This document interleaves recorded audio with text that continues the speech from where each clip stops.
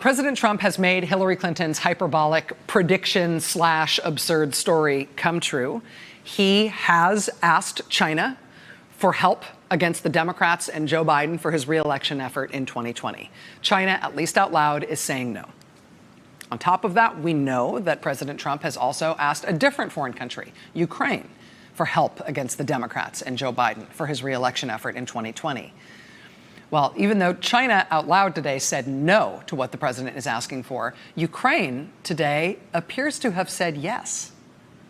The Ukrainian government today announcing that under President Zelensky, they are about to launch a new audit of previous investigations, including the one that Trump insisted the Ukrainians look into, this accusation that they want to use to slime Joe Biden. Now, it is possible this is not as bad as it looks. It's possible this isn't really the Ukrainian government delivering the trumped-up investigation that Trump wanted so he could use it against Biden in his re-election campaign. I mean, maybe it isn't as bad as it looks. I think we should all be humble about how we interpret, nuance and intention and the integrity of various figures in Ukrainian politics and Ukrainian law enforcement.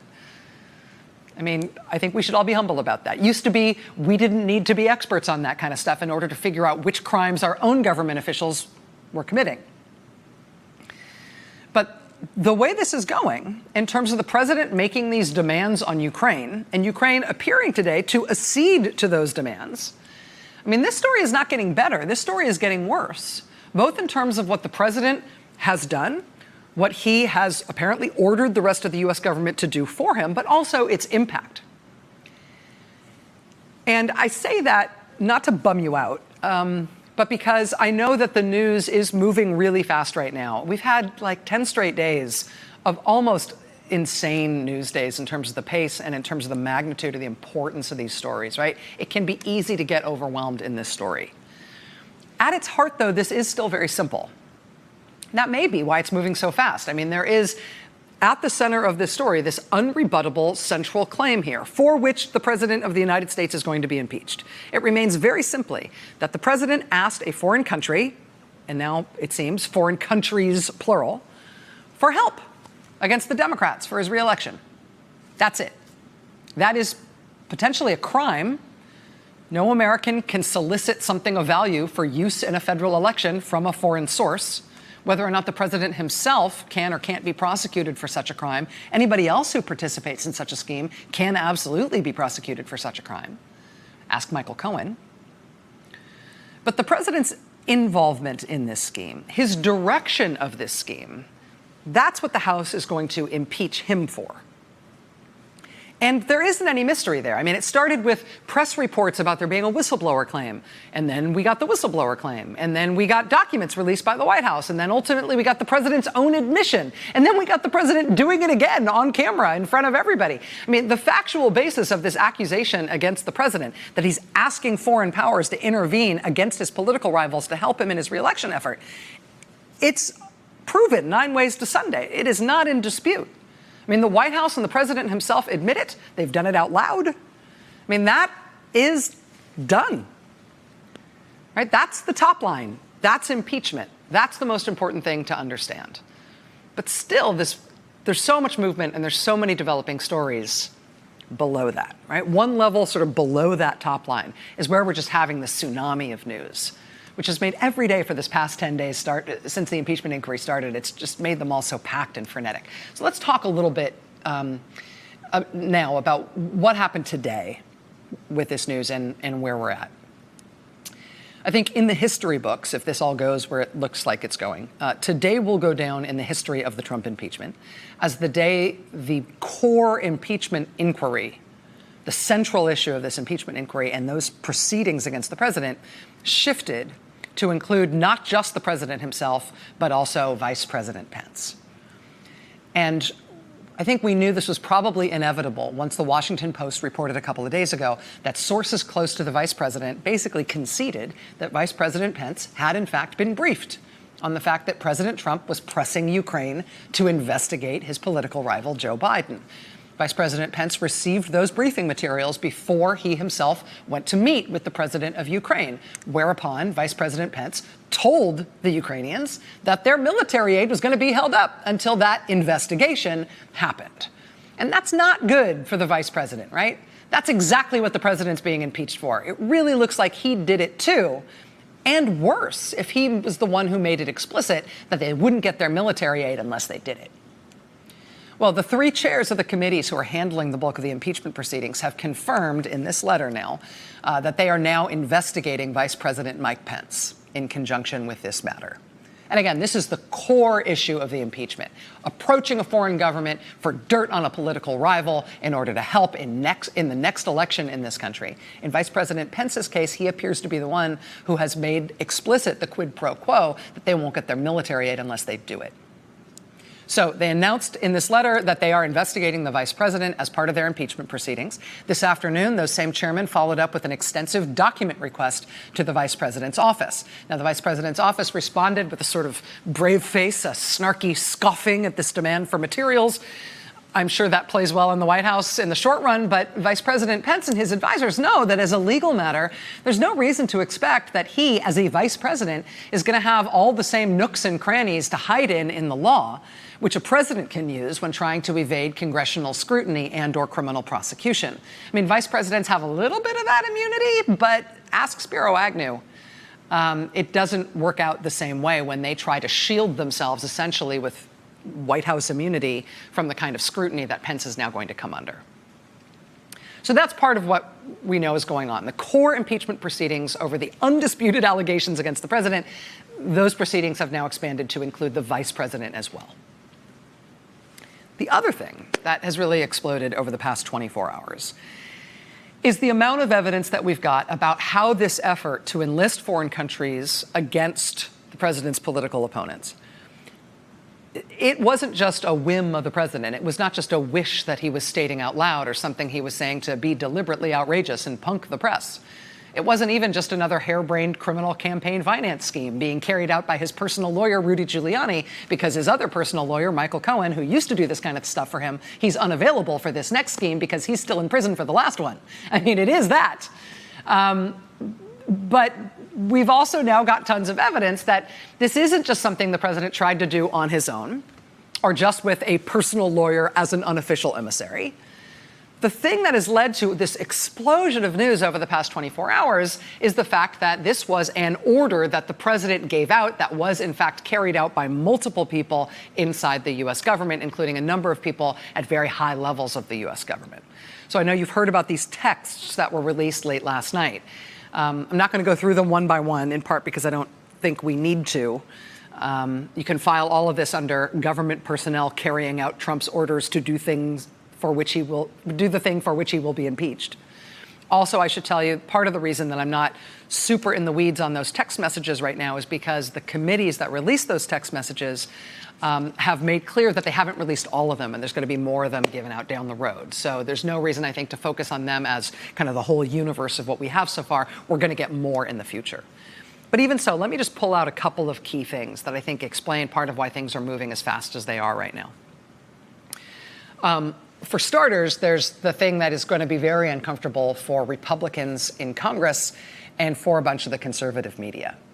There's this Republican talking point and this conservative media talking point and this White House talking point that whatever the president did here, it might be unseemly or troubling, but it's definitely not that bad. It's definitely not impeachable or a crime because there was no quid pro quo, right? That's the talking point you've heard all week. I mean, in the first instance, that doesn't matter. It doesn't matter if there's a quid pro quo. If you ask a foreign country for help in your re-election campaign, it doesn't matter if you're also offering them something in exchange. It doesn't matter. It's just you asking them for help in your election that is, if you're president, what you're going to be impeached for, and if you're not the president, what you're going to be prosecuted for. I mean, trading something doesn't matter. It's just you asking for it. That's all that matters. But still, if you are concerned about whether there was a quid pro quo, we now know from these text messages among Trump administration officials that there was, in fact, a quid pro quo.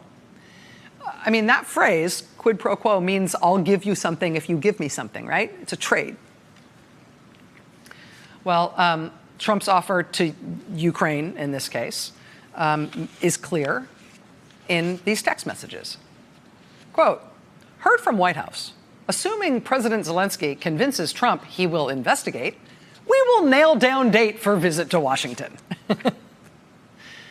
I mean, that's the definition of a quid pro quo. You could almost do this as like a Johnny Cochran courtroom sing-song thing. You want a date? You got to investigate, right? Like, you don't get the date unless you agree to investigate. Provided President Zelensky convinces President Trump he's going to investigate, then we can nail down the date. It's right there. And for bonus points, we've also got the Ukrainian side confirming that, yes, in fact, they understand that that is the trade, that is the quid pro quo that is being agreed to. I mean, here's the Ukrainian side. Okay, once we have a date, we will announce that we are investigating, including, among other things, Burisma, which is specifically the thing they're trying to slime Joe Biden with. So the quid pro quo thing is beside the point. But if that's going to be your sticking point, if that's going to be the Republican and conservative media talking point, we now do have the verbatim back and forth between the Trump administration and Ukraine agreeing explicitly between the two sides, this is a quid pro quo. Hey, you know this is a quid pro quo, right? Yes, we understand it's a quid pro quo. I mean, it is also worth pointing out that text from the Trump administration to Ukraine saying, hey, if you want a date, you got to investigate. Hey, you're only getting that meeting if you investigate. The timestamp on that text shows that it immediately preceded Trump actually personally getting on the phone with the president of Ukraine and making that same ask out of his own personal presidential mouth. When it comes to not just trading a meeting with the United States, as part of this quid pro quo. When it comes to getting military assistance from the United States, that part of the trade, that part of the quid pro quo really does seem specifically tied to Vice President Mike Pence and his trip over to Europe to go meet in person with the president of Ukraine. I mean, part of the reason Vice President Pence is now being investigated in these impeachment proceedings is because of this reporting that we've just recently had, that he went over there and he didn't just ask Ukraine for help with these investigations that would benefit him and President Trump in 2020. He specifically did threaten their military aid if they didn't cough up those investigations. Well, now we know that just after Vice President Pence had his meeting with Zelensky, where he reportedly gave him that message, it was right after that, within hours, that Bill Taylor, the top U.S. official in Ukraine, sort of incredulously sent this text back home to Washington. Quote, are we now saying that security assistance and White House meeting are conditioned on investigations? The Trump donor, novice State Department official to whom Bill Taylor sent that text responded by saying, call me. Within a week, Bill Taylor was still pressing the point. Quote, as I said on the phone, I think it is crazy to withhold security assistance for help with a political campaign. Now, that Trump donor State Department official to whom he sent that text message responded hours later with a very officious sort of lawyerly statement about how President Trump had been crystal clear, no quid pro quos of any kind. Bill, I believe you are incorrect about President Trump's intentions. President Trump himself today seized on that particular text message in his remarks to reporters when he was talking about his impeachment woes. He said that text from Gordon Sondland, his donor guy at the State Department, totally exonerated him. The president has been crystal clear. No quid pro quos. Well, that shortly came to a crashing end. Very soon thereafter, when Wisconsin Republican Senator Ron Johnson went to the Wall Street Journal with a story that I'm sure he thought was helping, in which the senator told the Wall Street Journal that that same guy at the State Department, that Trump donor guy, Gordon Sondland, actually told him he was a little worried because it seemed like there was a quid pro quo being demanded by President Trump when it came to Ukraine and military aid. Quote, Senator Ron Johnson said that Gordon Sondland, the U.S. ambassador to the European Union, had described to him a quid pro quo, that the release of U.S. aid to Ukraine was contingent on an investigation desired by President Trump and his allies. Senator Johnson told the Wall Street Journal in detail that the conversation happened on the phone. It was definitely with Gordon Sondland. It was on a specific day that he's willing to name. And it was specifically about only releasing military aid to Ukraine if Trump got the investigations that he wanted from the Ukrainian government. Again, I think Ron Johnson thinks this is helping. The guy he says told him explicitly about the quid pro quo is Trump's best defense that there wasn't a quid pro quo. Senator Johnson issued another statement tonight completely disavowing everything he said earlier today to the Wall Street Journal. I mean, but again, while it is sort of entertaining to see that stuff, I don't think you need to get too lost in the sauce here. I mean, the importance of all of this stuff is just that there were other people. There were a whole bunch of other people in the Trump administration who were involved in carrying out this scheme by President Trump to involve this other country to help him against the Democrats and Joe Biden, up to and including Vice President Mike Pence, also including Energy Secretary Rick Perry, who is apparently now resigning his post as a Trump cabinet official. I will mention that in the document request sent to Vice President Pence's office by the impeachment committees tonight, one of the things they're demanding records about are two meetings at the White House, one in May, one in July, that both involved Energy Secretary Rick Perry. One was on May 23rd. That included Kurt Volker, the Ukraine envoy, who testified to the impeachment committees yesterday. Also, the quid pro quo ambassador guy, Gordon Sondland, who is testifying to the impeachment committees on Tuesday. The only other two people in that meeting, according to this document request, were President Trump and Rick Perry. Then in July, another meeting involving those same two guys from the State Department and Rick Perry and some Ukrainian government officials. I should mention that Rick Perry is reportedly now resigning his post, just as he turns up right in the middle of all this stuff, and we learn about all the meetings that he was involved in, including lots of meetings with people who have turned out to be key witnesses in the impeachment proceedings against the president. Now, Rick Perry has said that his department, the Department of Energy, will comply with requests for information from the impeachment inquiry. The Department of Defense earlier this week announced that its top lawyer is collecting and preserving documents related to military aid to Ukraine because it's now involved in the impeachment inquiry.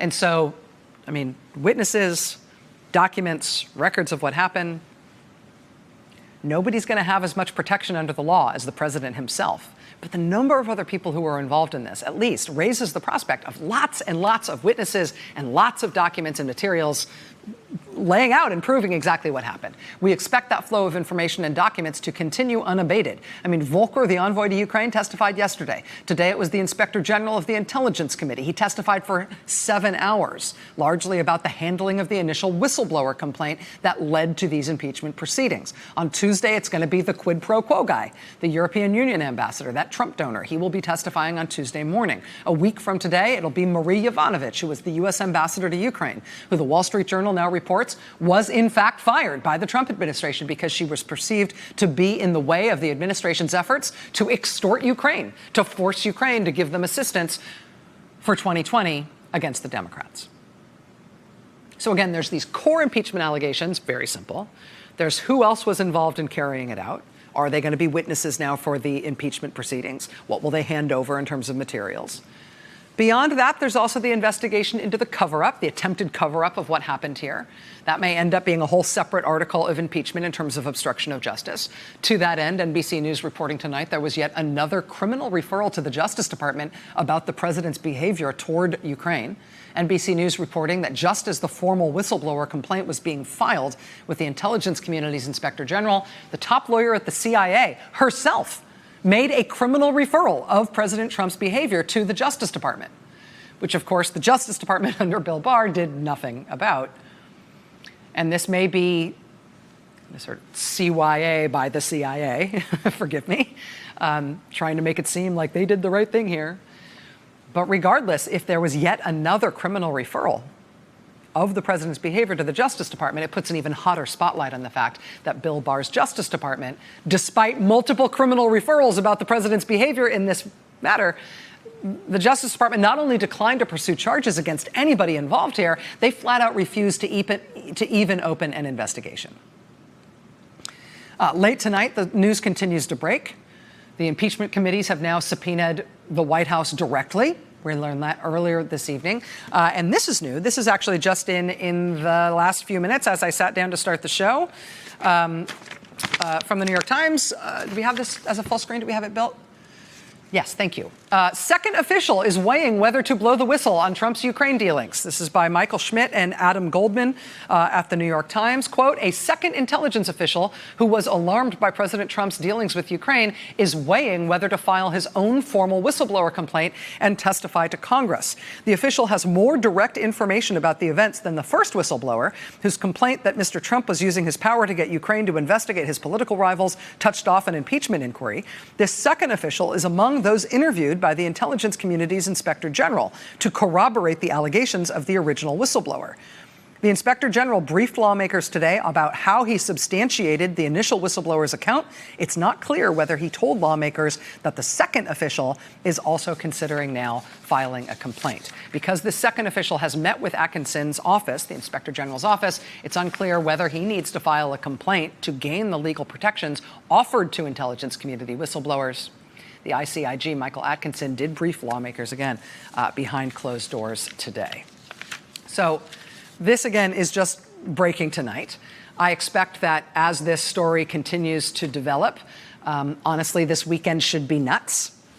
Republican senators are basically volunteering to put themselves under general anesthetic now, at least until the Sunday shows are over. Senator Marco Rubio was cornered about his thoughts on the matter today at a press availability in Florida. His response was to say that as far as he could tell, none of this is real. It's all an elaborate joke. This is not really happening.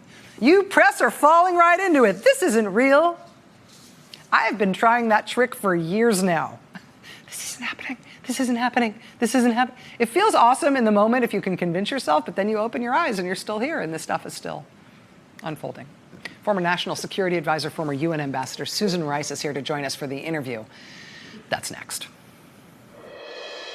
Hey there, I'm Chris Hayes from MSNBC. Thanks for watching MSNBC on YouTube. If you want to keep up to date with the videos we're putting out, you can click subscribe just below me or click over on this list to see lots of other great videos.